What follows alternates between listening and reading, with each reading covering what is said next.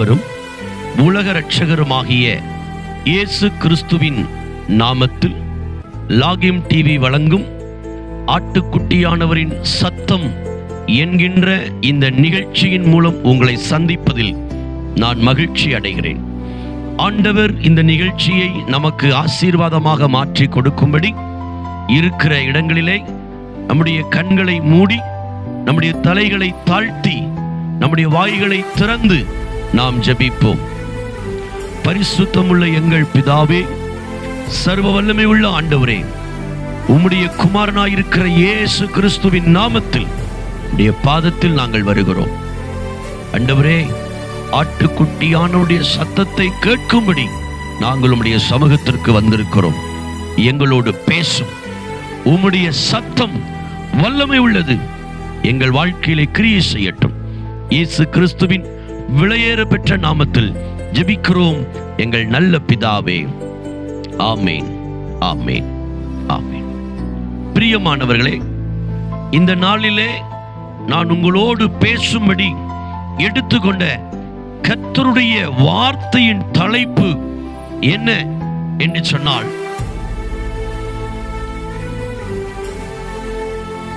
பயப்படாமல் ஆண்டவர் மீது விசுவாசமாயிருங்கள்.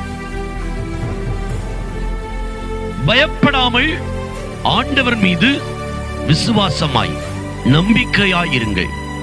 அதற்கு ஆதாரமாக சங்கீதம் 16:8 நான் வாசிக்கிறேன். கர்த்தரை எப்பொழுதும் எனக்கு முன்பாக வைத்திருக்கிறேன், அவர் என் வலது பாரிசத்தில் இருக்கிறபடியால் நான் அசைக்கப்படுவது இல்லை. சங்கீதக்காரனாகிய தாவீது தன்னுடைய அனுபவத்திலிருந்து பேசுகிறான். கர்த்தரை எப்போதும் எனக்கு முன்பாக நான் வைத்திருக்கிறேன், அவர் என் வலது பாரிசத்தில் இருக்கிறபடியால் நான் அசைக்கப்படுவது இல்லை. நயாகரா என்று சொல்லக்கூடிய ஒரு நீர்வீழ்ச்சி, அந்த நீர்வீழ்ச்சியினுடைய ஒரு முனையிலே ஒரு கயிறு கட்டப்பட்டிருந்தது. அதனுடைய மறுமுனையிலும் ஒரு கயிறு கட்டப்பட்டிருந்தது. அநேக சுற்றுலா பயணிகள் அந்த நீர்வீழ்ச்சியினுடைய அழகை கண்டு களிக்கும்படி அந்த இடத்திற்கு வந்தார்கள். அந்த குறிப்பிட்ட இடத்திலே ஒரு மனிதன் அந்த கயிற்றின் மேல் நடந்து சாகசம் செய்து கொண்டிருந்தான். ஒரு முனையிலிருந்து அவன் மறுமுனைக்கு போய் திரும்பி வந்தபோது அதை பார்த்த மக்களுக்கு மிகவும் சந்தோஷம். கைகளை தட்டி ஆரவாரித்து விசில் அடித்து மகிழ்ச்சியை அவர்கள் கொண்டாடினார்கள். இப்பொழுது அந்த திரளான கூட்டத்தின் மக்களை பார்த்து அவன் ஒரு சவால் விடுகிறான். உங்களில் யாராயிலும் என்னோடு கூட என்னுடைய தோள் மேல் அமர்ந்து கொள்ளுங்கள், நான் உங்களை பத்திரமாய் ஒரு முனையிலிருந்து மறுமுனைக்கு அழைத்து செல்ல விரும்புகிறேன் என்று சொன்னபோது சிலர் நான் வருகிறேன் என்று உற்சாகமாய் கரங்களை தூக்கினார்கள்.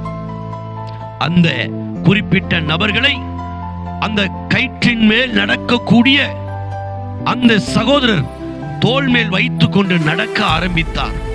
2-3 அடிகள் அவர் நடந்தவுடன், தயவு செய்து என்னை கரையில் விட்டுவிடுங்கள், இதற்கு மேல் உங்களோடு நான் பயணிக்க முடியாது, பயணித்தால் நான் மரித்து விடுவேன், அவ்வளவு பயம் எனக்கு இருக்கிறது என்று சொன்னபோது அந்த நபரும் அந்த நபரை கரையிலே விட்டு விட்டார்.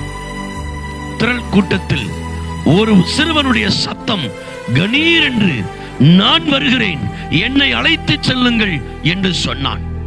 அங்கிருக்கிற எல்லாருக்கும் இந்த வார்த்தை ஒரு ஆச்சரியத்தை கொடுத்தது.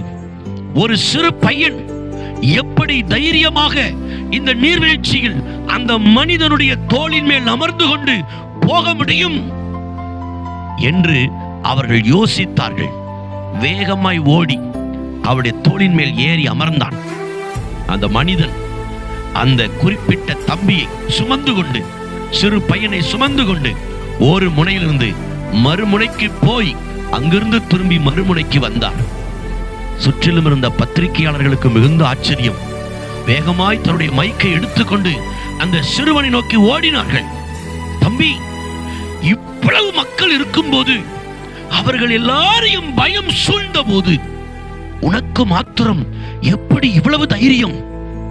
உனக்கு இந்த நீர்வீழ்ச்சியை கண்டால் பயம் இல்லையா? இந்த கயிற்றின் மேல் அந்த மனிதன் நடக்கும் போது சற்று நிலை குலைந்தாலும் உன்னுடைய உயிர் போய்விடுமே. அப்பொழுது அந்த சிறுவன் புன்முறுவலோடு அந்த பத்திரிகை நிருபர்களை பார்த்து சொன்னான், எனக்கு சிறிதளவும் பயம் இல்லை. காரணம், அவர் என்னுடைய தகப்பன், என்னுடைய தந்தை. நான் என்னுடைய தந்தையை முழுவதுமாய் நம்புகிறேன்.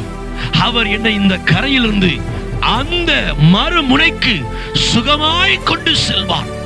எந்த தீமையும் எனக்கு வராமல் என்னை என் தகப்பன் பார்த்துக் கொள்வார் என்று என் தகப்பன் மீது ஆழமான நம்பிக்கை வைத்திருக்கிறேன் என்று அந்த சிறுவன் கூறின பதில் ஆச்சரியத்தை ஏற்படுத்தினது.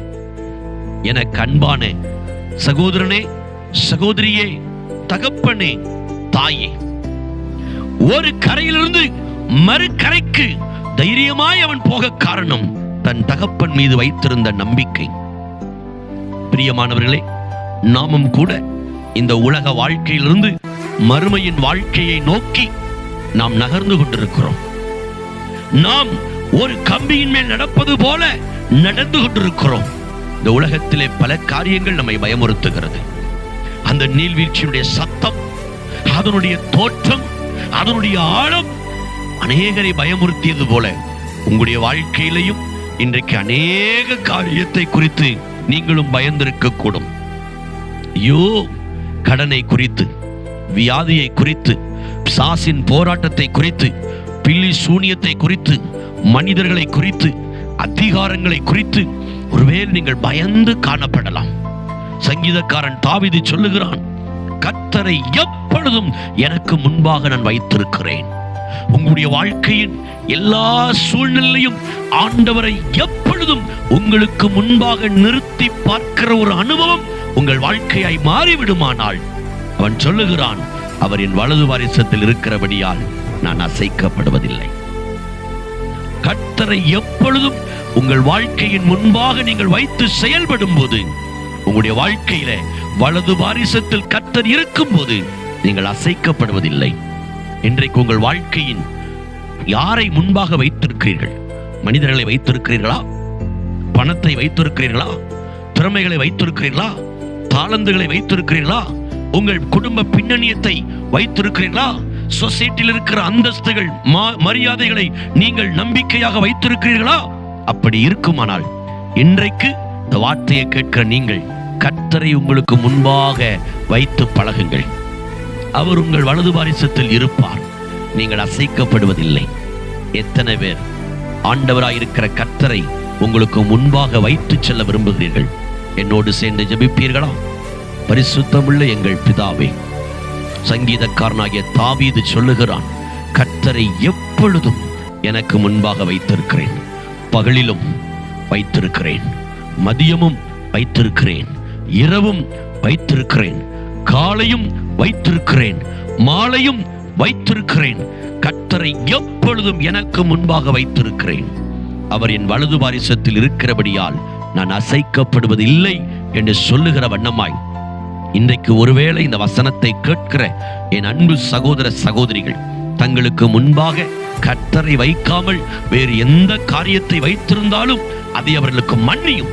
கர்த்தரை எப்பொழுதும் தனக்கு முன்பாக நிறுத்த அவர்களுக்கு பலனும் கிருபையும் கொடுத்து ஆசீர்வதியும். நீர் அவருடைய வலது வாரிசத்தில் இருக்கிறபடியால் அவர்கள் அசைக்கப்படுவதில்லை என்று சொல்லி அவர்களை ஆசீர்வதிக்கிறோம். இயேசுவின் மூலம் ஜெபிக்கிறோம் நல்ல பிதாவே, ஆமேன். பிரியமானவர்களே, இந்த நிகழ்ச்சி உங்களுக்கு ஆசீர்வாதமா இருக்கும் என்று நான் கர்த்தருக்குள் அதிகமாய் விசுவாசிக்கிறேன். உங்களுக்கு ஆசீர்வாதமாய் இருக்கிற இந்த வார்த்தைகளை மற்றவர்களும் கேட்டு ஆசீர்வதிக்கப்படும்படி நீங்கள் இதை அதிகமாய் பகிரும்படி அன்பாய் கேட்கிறேன். ஒருவேளை இந்த லாகின் யூடியூப் சேனலை நீங்கள் சப்ஸ்கிரைப் பண்ணாமல் இருந்தால் தயவாக சப்ஸ்கிரைப் பண்ணும்படி அன்போடு கூட கேட்டுக்கொள்ளுகிறேன். கருத்துக்கள், மேலான கருத்துக்கள், ஜெப விண்ணப்பங்கள் இருக்குமானால் மறக்காமல் தெரிவியுங்கள். உங்களுக்காக ஜெபிக்கிறோம். கர்த்தர் உங்களை ஆசீர்வதிப்பார். God bless you.